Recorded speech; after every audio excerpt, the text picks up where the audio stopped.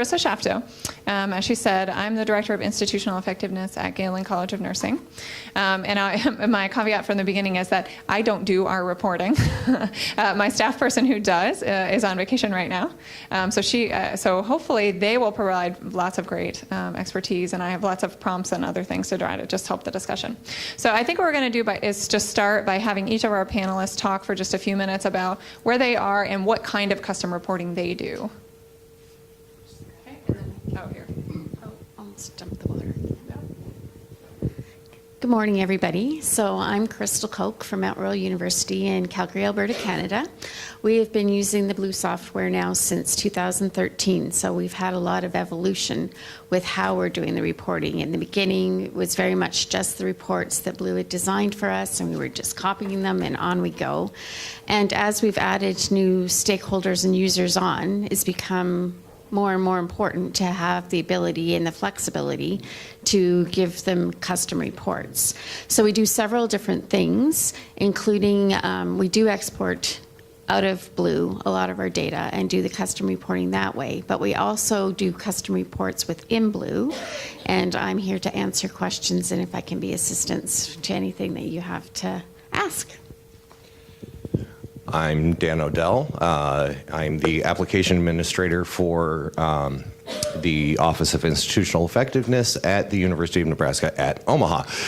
Makes for a very long business card. We've been using Blue since the summer of 2014. And in terms of individual faculty reporting, we use a variation of what Blue had created for us for the faculty member. But at higher levels, for the chairs and deans and directors and all of these, we have developed a dashboard out of our data warehouse where we are pushing all of the information. And that has been an ease of access kind of thing that we've given to the higher ups. So. I am Mustafa Al-Ahmed for School of Business and Social Sciences at Aarhus University in Denmark. We have been using Blue from fall 2015, so we have run Blue for 2 semesters right now. We are doing some customers reports in Blue and others outside Blue. We export some data from Blue to Excel on other softwares and produce some reports for the deans, the director of studies, and some other persons at the university. The individual reports we are creating in Blue, and they are sent before the last session of the course, in order to be a start of a discussion between the students and the teachers. So if you have any questions, I will, yes. Great. So I do want to start, and you all be thinking about what your questions are, but I wanted to start by asking for the custom reports that you have, because it sounds like you all have a combination of using some canned reports that Blue has and building some things on your own.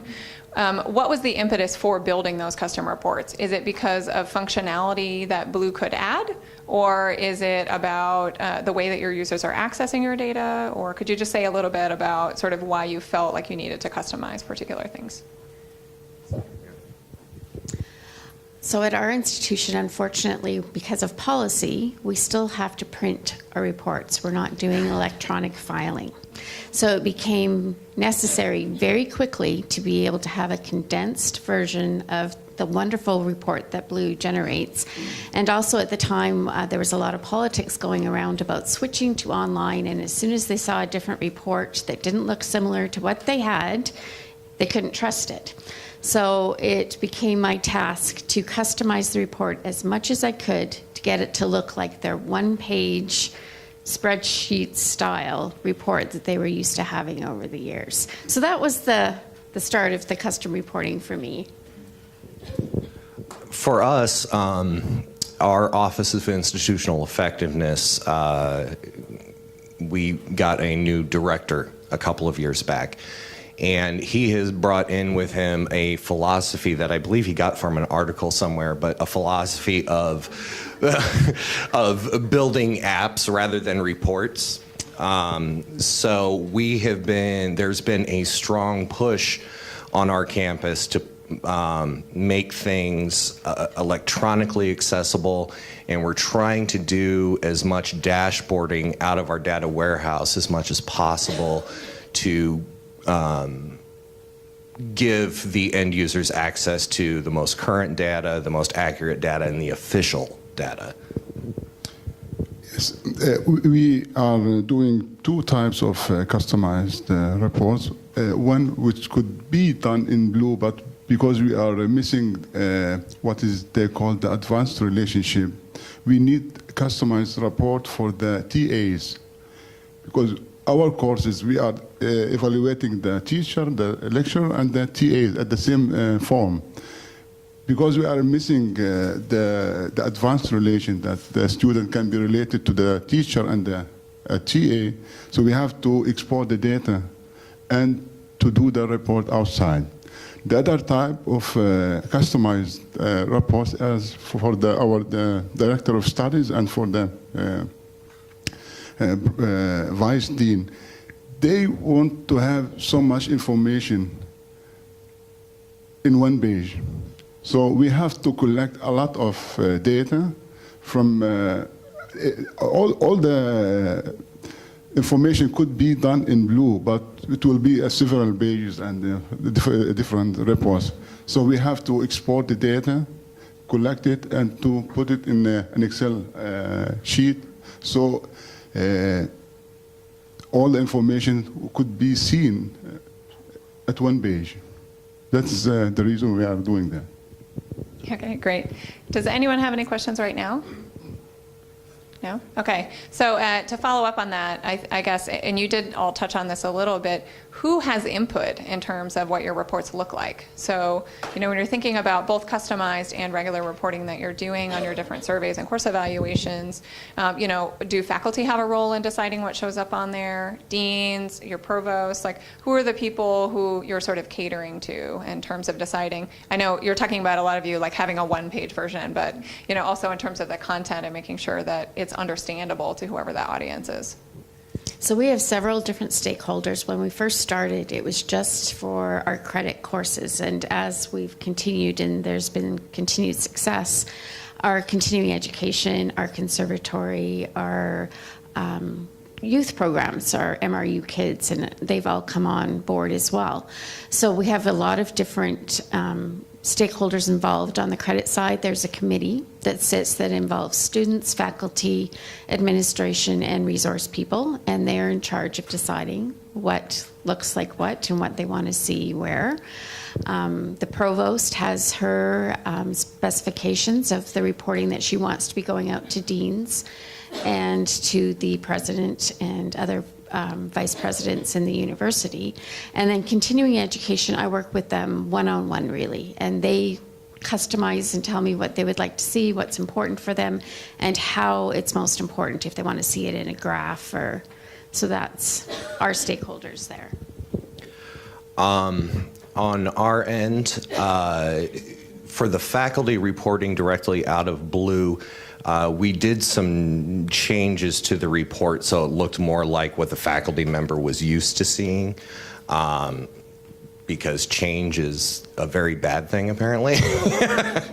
But so in terms of that, we not necessarily had faculty input, but we did it so that the faculty members are to make it as seamless as possible, the changeover. In terms of the dashboard, our office has been working hand in hand with our information services office to develop these dashboards, and we have I don't know how to describe them, champions in each college, as it were, who kind of do our beta testing for us and try and break these dashboards and everything, and that's where we get a lot of our input on design and that kind of thing. regarding the individual reports which are produced in Blue, we had no requests from the teachers about that. We just created the reports which we think are suitable, and they have accepted it. Regarding the aggregated reports, as mentioned before, we get some requests from the vice dean and the directors of studies, what information they need to see in the reports and how they would like to see it. That's Okay, great. So what kind of statistics are you all putting in these reports, and how much of that is data that you're pulling from Blue? So that's a really good question. What we learned with our process, and we took a lot of time in the planning before we ever implemented. We spent a good 2 years before we actually got to implementing Blue. We include everything that our student information system has about the students in that data. We have access to all of that through Blue. So we can cross-tabulate on gender, postal code, which high school they came from, what their current GPA is. So we don't need to ask the students what they expect their GPA to know. We have that information when we're doing our reporting. If I had any advice to give, that would be the piece. Because once you get Blue and people start to see the capabilities of the reporting, they want more and they want more and they want more. And if you don't have it in your data and you're having to pull it all out and match it to your data after, that's a ton of work.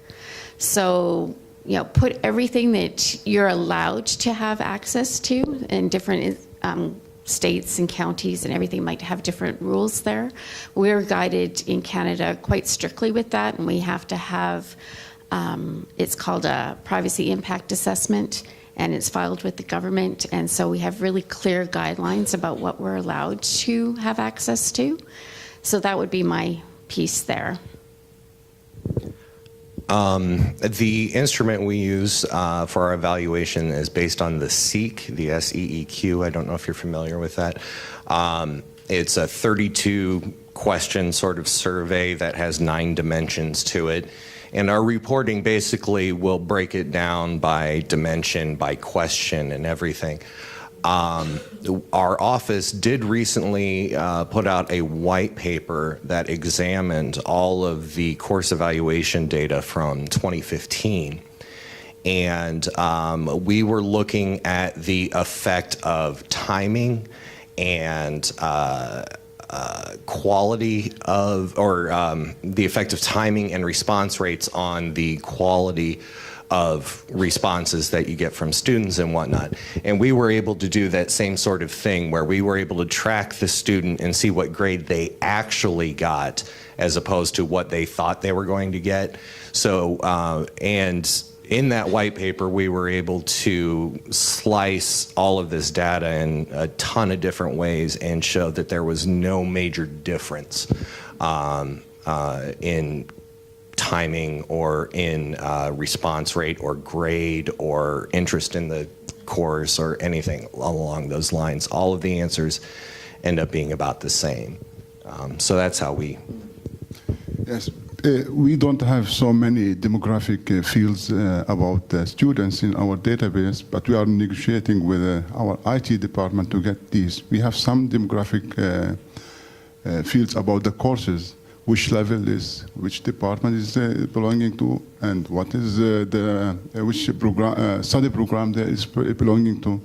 So this, only these fields we are able to break the reports on.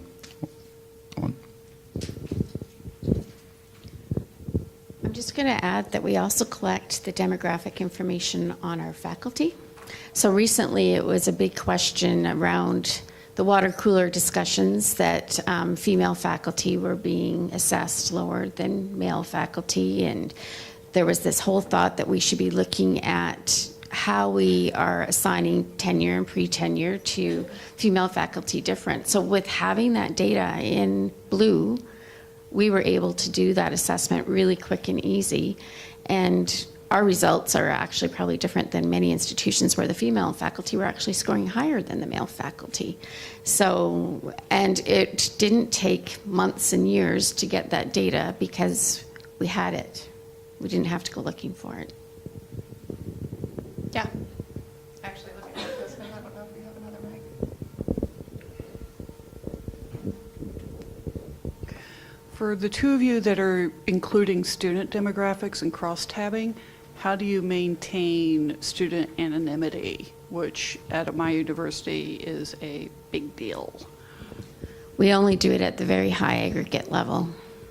So we're not doing it at a classroom level or at a section level. We're doing it at a school level. Yeah,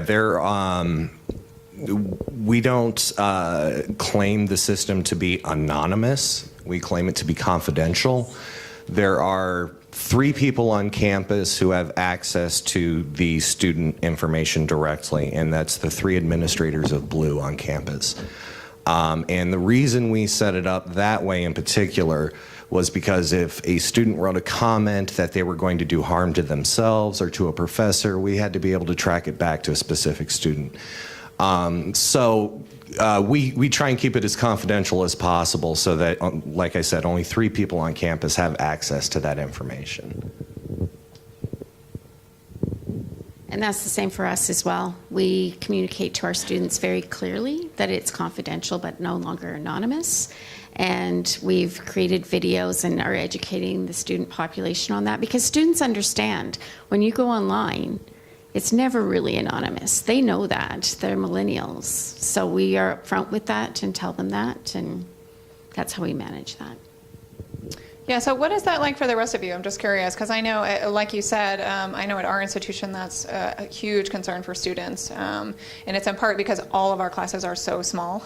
So it's already really challenging. You know, we don't have any classes that are bigger than 30 students. So it's really challenging for students to feel like they can give feedback that's constructive without it having some sort of negative impact on them.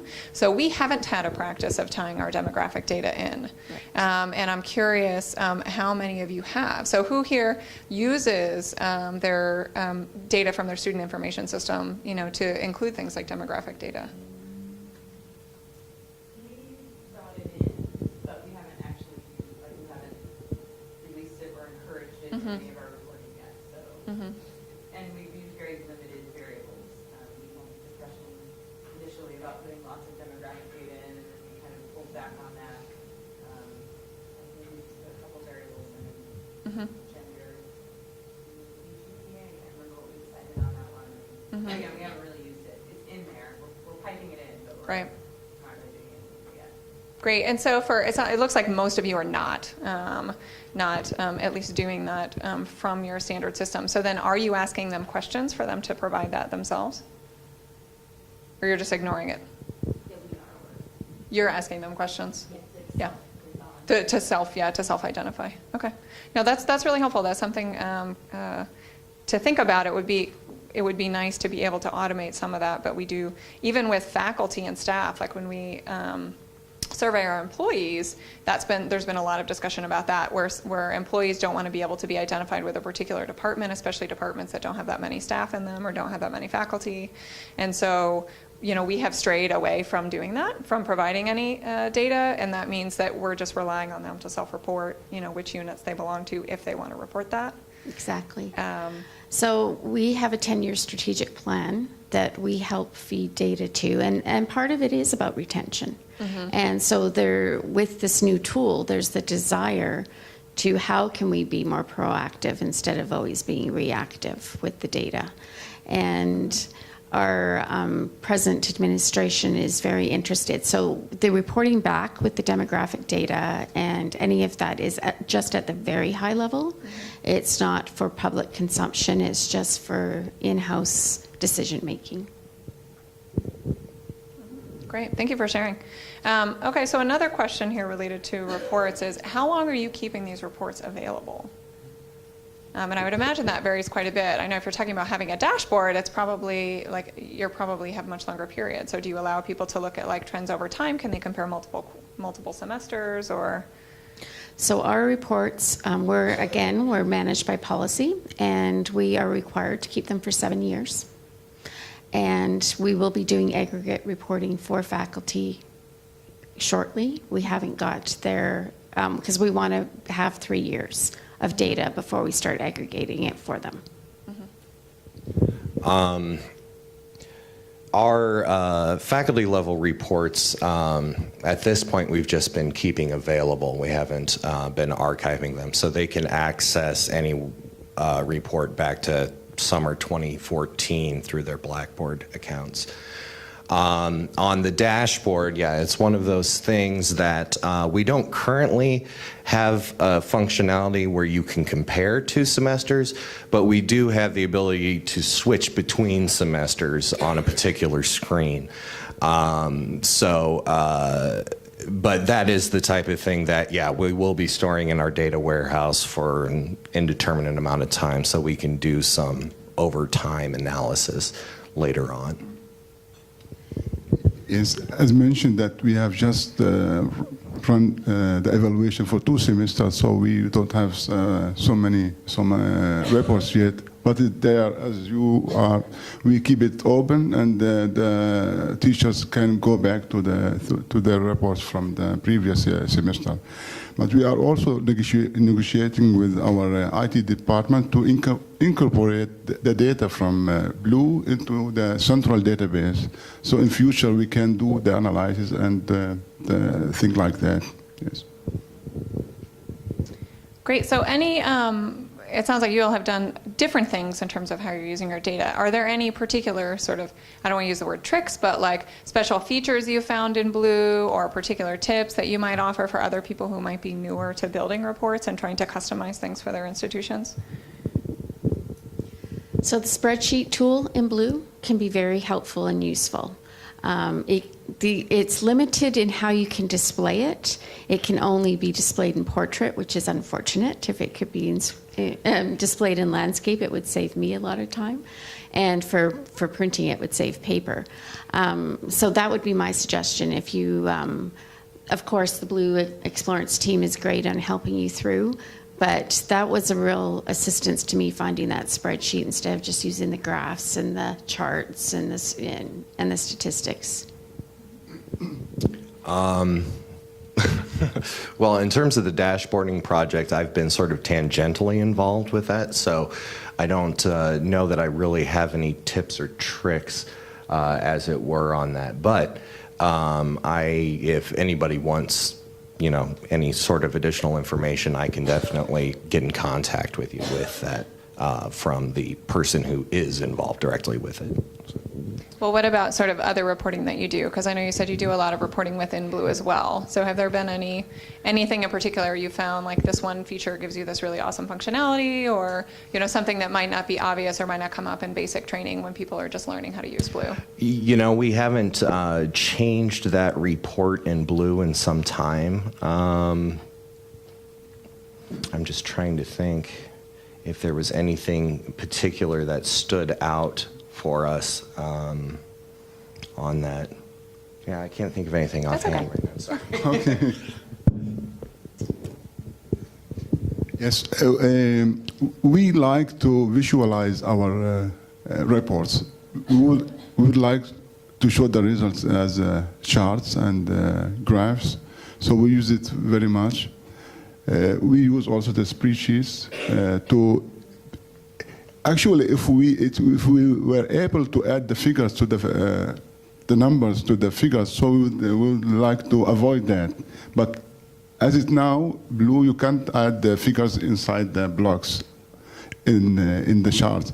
Otherwise, we will only use the charts, because we would like to show in one page, when the teacher gets his report, one page he can see the distribution of the ratings of all questions in one page, and he get the idea where is the problem or where is it's good.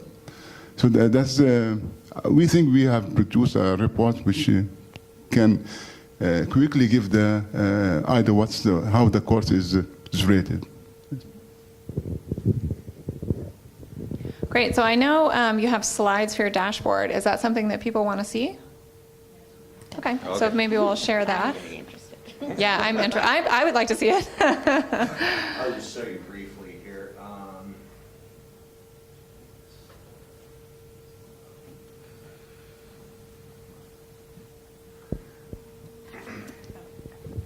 So on our campus, we refer to the system as the ACE, the Automated Course Evaluation System, to set it apart from the paper system that we had previously. As I said, we're putting everything into the data warehouse, where we created, we have a series of analytics dashboards for various things, and the course evaluation dashboard is just one of those.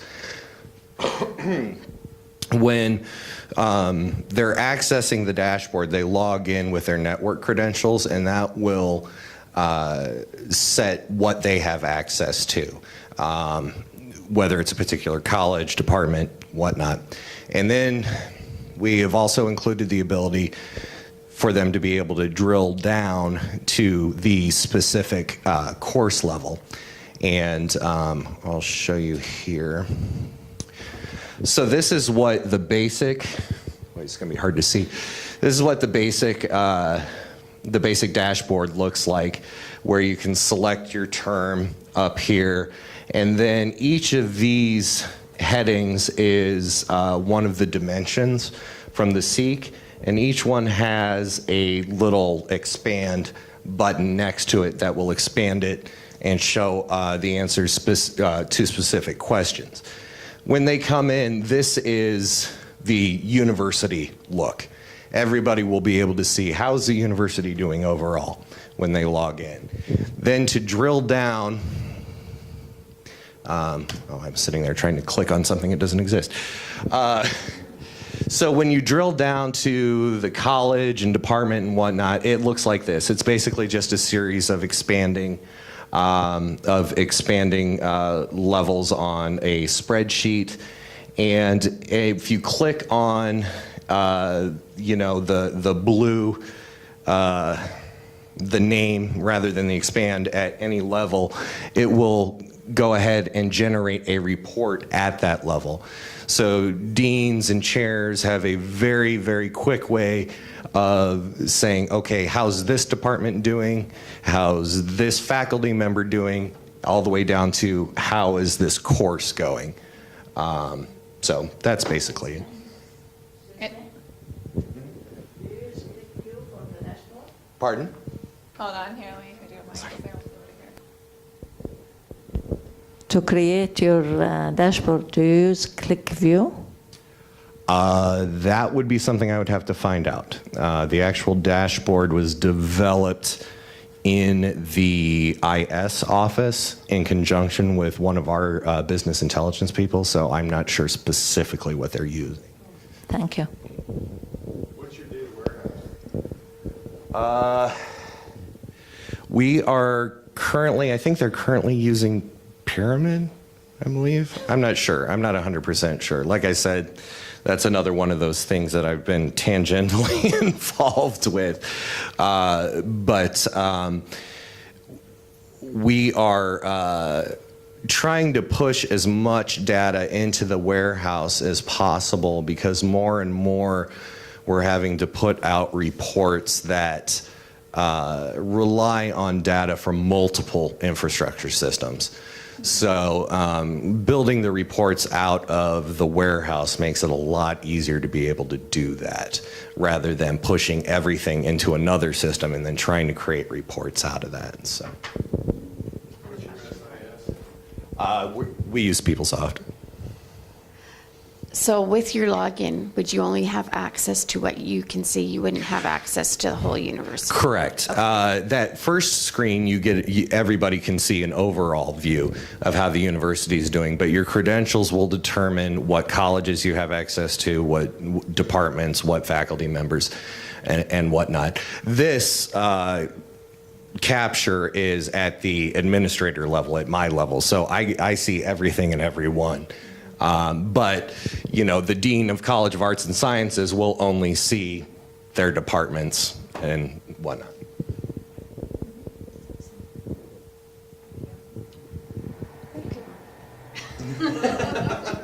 Yeah, right. I'll let you. Yeah. So I do want to turn to the audience now and just find out. So how many of you are using custom reporting? Okay, a couple of people. So are there other things that you could share with the audience that beyond things that they've talked about that you think might be helpful for other people who are just starting to do that or thinking about doing that?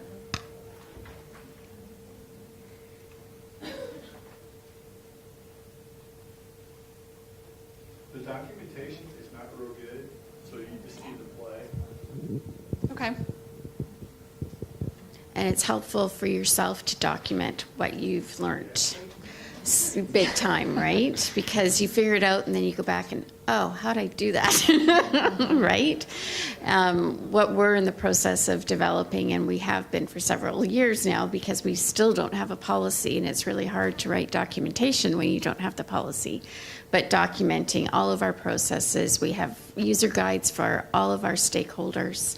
So IT knows their role, enrollment services knows their role.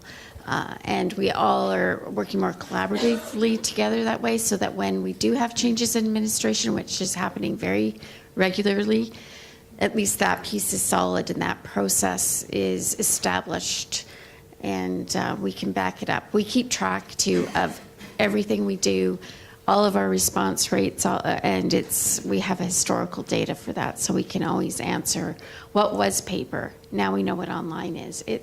Our paper response rates over the years, if anyone's curious, because we kept track of it, was never higher than 71%. And faculty always have this perception that it was closer to 100%, right? But it wasn't. And so now that we're doing online, we're at 60, and we're doing everything. So we actually have a lot more data than we used to.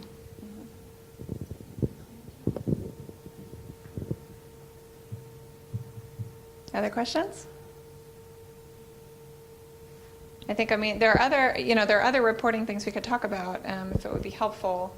One thing I wanted to ask about is related to course evaluation. So, and your dashboard touches on this, but I'm wondering for other people who don't have that, what you do. So we have built something that was incredibly labor intensive to try to aggregate course evaluation data for program directors, like basically for faculty supervisors, so that we could give them a summary of, here's what all the Likert scale items look like, here's a set of what all the open comments are, to try to give to them that they can then act on quickly, so that they're getting, because in our case we're on quarters, so the turnaround time is much faster between academic terms, and we were finding that otherwise it was impossible to get them to review faculty evaluation data before they were teaching again. So, if there were issues that were coming up, we weren't finding out about it until they were, almost through the next quarter.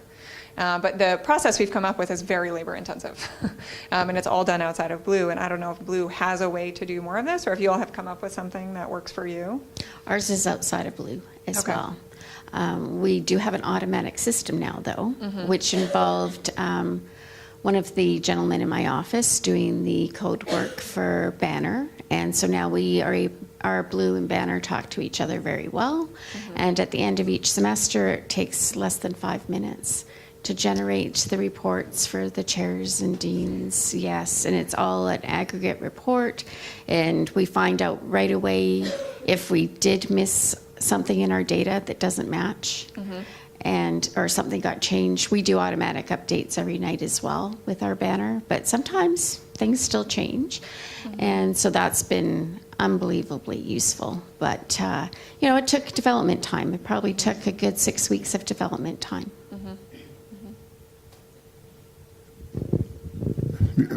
Our aggregated reports also are very work intensive. We use a lot of time outside Blue manipulating the data and combining data, and in order to be able to break the reports on the different levels. So it's very time. We use a lot of time doing that. We hope that sometimes we can do some automation in that process, but we are using a lot of time right now. Yeah, so what about folks in the audience? I don't know if this is a question or you're going to tell us some really fast way that you do this. We provide our departments and will be providing our colleges with export reports, and one of the data points in that is a summary score, which is from our historic system, which averages 5 of our key questions to produce an overall score for our faculty. So for each faculty, they're getting Each faculty, each course, they get that one score, which is on a 5-point Likert. That's a combination of the other 5 questions. But on our export reports, we can limit it to just the instructors as opposed to the TAs and provide it by the department. Like I said, we're going to provide it by the college, so you get a lovely, quick and dirty Microsoft Excel with instructor name, course, and some of the other course demographics like course level, graduate, undergraduate, 100, 200, 300, yada, yada, yada. So that manipulating that to do summaries will be fairly simple, and we use a variation of that to feed into our old faculty achievement system, and then our recently defunct faculty achievement system, and will be used for our yet to be determined faculty achievement system. And so is that you're just exporting that from Blue? Yeah, it's an export report. We throw it up in Blue, and whoever wants it, who has the access, our access is insane, but whoever has the access opens the report link in Blue and clicks download, and they get a Microsoft Excel download of columns of certain demographics we've included from the course information and the teacher name. And then row by row, one course section teacher combo per row. And we can filter when we build the report on instructors, and I found out yesterday that I can now eliminate the TA rows and not have these blank rows of stupidity. One of the things that I didn't mention about the dashboard is we do have the ability, or the end user has the ability to download the report in a number of different formats, from PDF to Excels or whatever. So if they want to do their own sort of further analysis on the data, then they can download the report through an Excel file and work with it there. Have you guys used or handle written comments for a dashboard? Is it solely just quantitative? There is a link when you get down to the course level. There is a separate link that says View Comments, and when you click it, it'll pull it up. Go ahead. Oh, I was just going to say we're in the process of trying to move our faculty annual review process out of our warehouse in the same way, and that would be the type of thing where we would include in that annual review report a link where the chair could link on it. If they wanted to see the specific comments, they can get to it that way. You guys using text analytics, or is it just a raw comment is what they... It's just the raw comment at this point. We have been experimenting with a couple of different text analytics tools, but I don't think any sort of decision has been made on how to move forward with that yet. So there again, being in Canada, we have very strict privacy laws. So we actually have to review our comments. And so we have casual staff that review and make sure that there aren't any comments within a comment about someone else, because that needs to be removed to comply with our Freedom of Information and Protection of Privacy Act. So that's a big part of our work. It is huge. Yes, that sounds very time consuming. So then are you sort of, I guess, addressed to you and also to the audience, I'm curious, one of the reasons that we have this really laborious process is that we have a check, basically, where we send it to program directors and they have a deadline for turning it around, where they have to actually categorize their faculty based on what their evaluation results are. Because our provost is very concerned that, students are making comments about faculty and that it's basically going unchecked. And we had a couple issues where that happened, where students didn't make comments about a particular faculty member and nobody knew about it, for like 2 terms. So we have this new system in check because we have to give them a deadline for turning around so that they can prove basically that somebody looked at them. Does anybody else do anything like that? And if so, I'd be curious to hear what kind of system you have in place. So in our process documentation, faculty are required to meet with their chair. They review the report, they sign off on the report, and the signed copy goes into the personnel file, which then stays there for 7 years. So there's and then student evaluation of instruction results are reported in their annual report. So I was happy to hear Samir saying the other day that faculty are going to be able to add comments right to their report, because that's going to simplify it for our staff. So that's how we do it. And so that happens every term? Every term. Okay.